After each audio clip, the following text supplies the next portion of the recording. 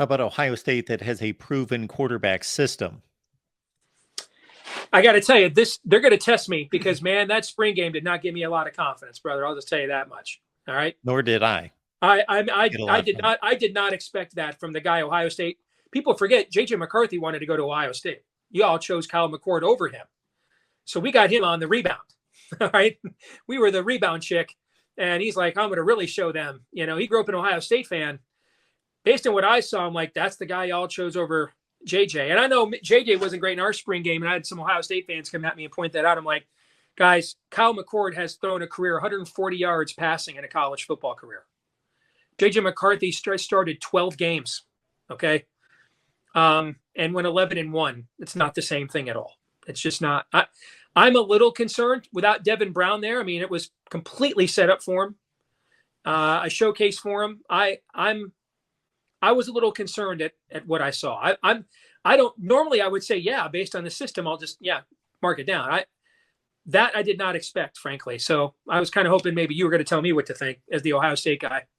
Well, I'm going to tell you that, again, it's the evaluation of the player, which is not looking good, versus the evaluation of what the system and the history has been. And to also to take into consideration that Justin Fields looked just as bad, if not worse. That's a good point. I'd forgotten that Fields' first spring game was not was not all that inspiring. And then I believe he had 4 for 15. If you have 40 touchdown passes and 1 interception or something in the regular season or something like that, that's a good point. And I mean, in the end, as much as the Michigan fan in me would love to ding you, the reality is I love being right even more. And so I'm going to need Ryan Day's system to fail me before I go against it. I'll get some odds from you on this one. That being said, Kyle McCord or whoever starts will be very good because of the system. That doesn't mean they're a first-round NFL draft pick for the 4th time in a row. You know what I'm saying? I mean, TCU had Cliff Kingsbury, who played in the NFL. Pat Mahomes, who's the best quarterback in the NFL. And they had B.J. Symington throw for 4,500 yards too. Okay, you know what I'm saying? Okay, I mean, and at Ohio State, it's not about just racking up numbers to fulfill a system Mike Leach style. It's about winning national championships. So, I mean, Kyle McCord could, throw 35 touchdown passes and 10 picks, which is a great season, but accumulate much of that against teams that you're just dramatically superior to. Absolutely. So since you want to be right, and you will want to be right about this, what are the odds or the possibility that at this time next year, we are saying the Big Ten is better than the SEC for the first time in years, 15 or so?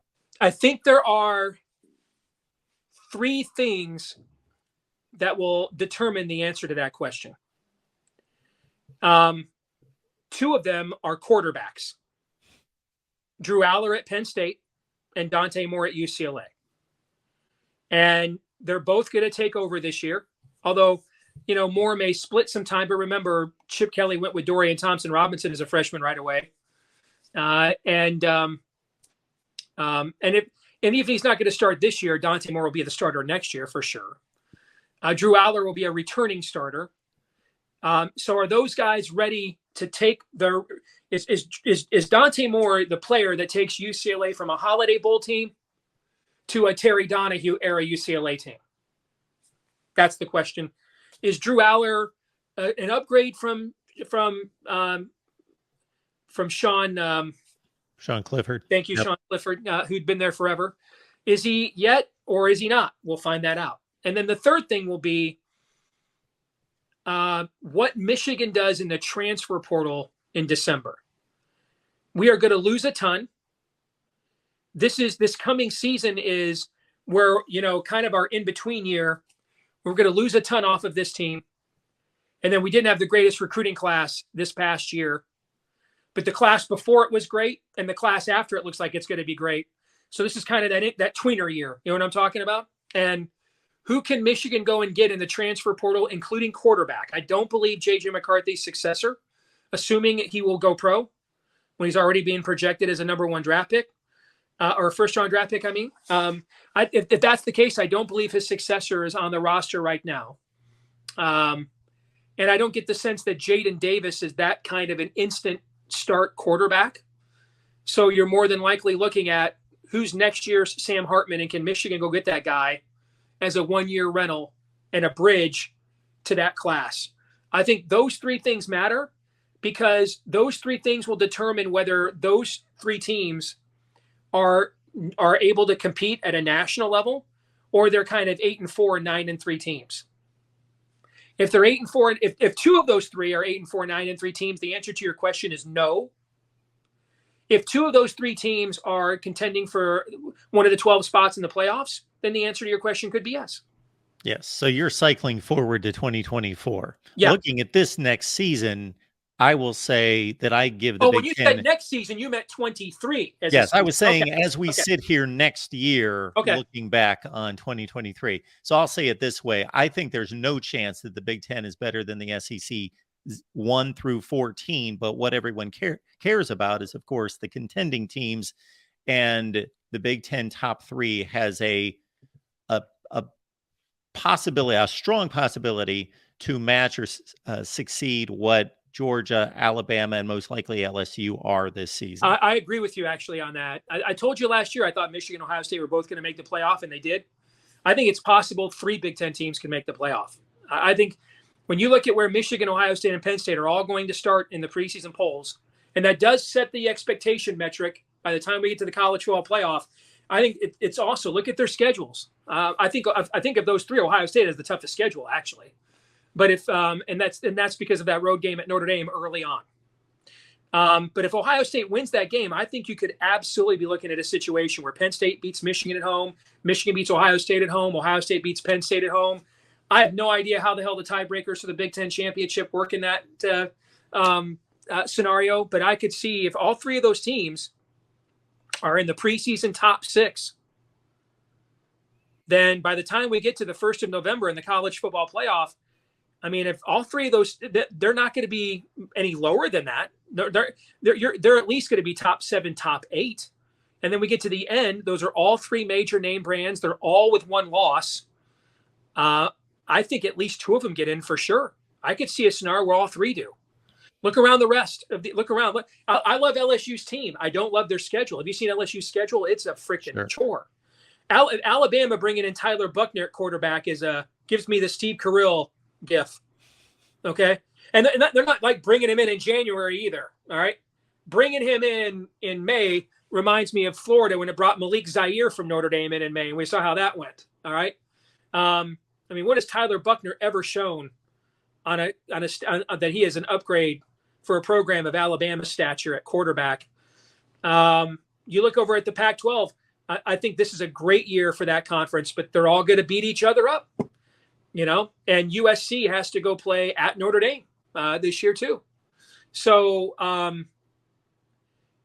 you look at the ACC. I mean, Florida State could lose the very first game to LSU and then would have to run the table from there, including a road win at Clemson. I think it is. I'd say it's at least a 20% chance that, and that's not great odds, but I don't think it's terrible either, that Michigan, Ohio State, and Penn State are all 11-1 at the end of the year. Would that not be something else? Yeah.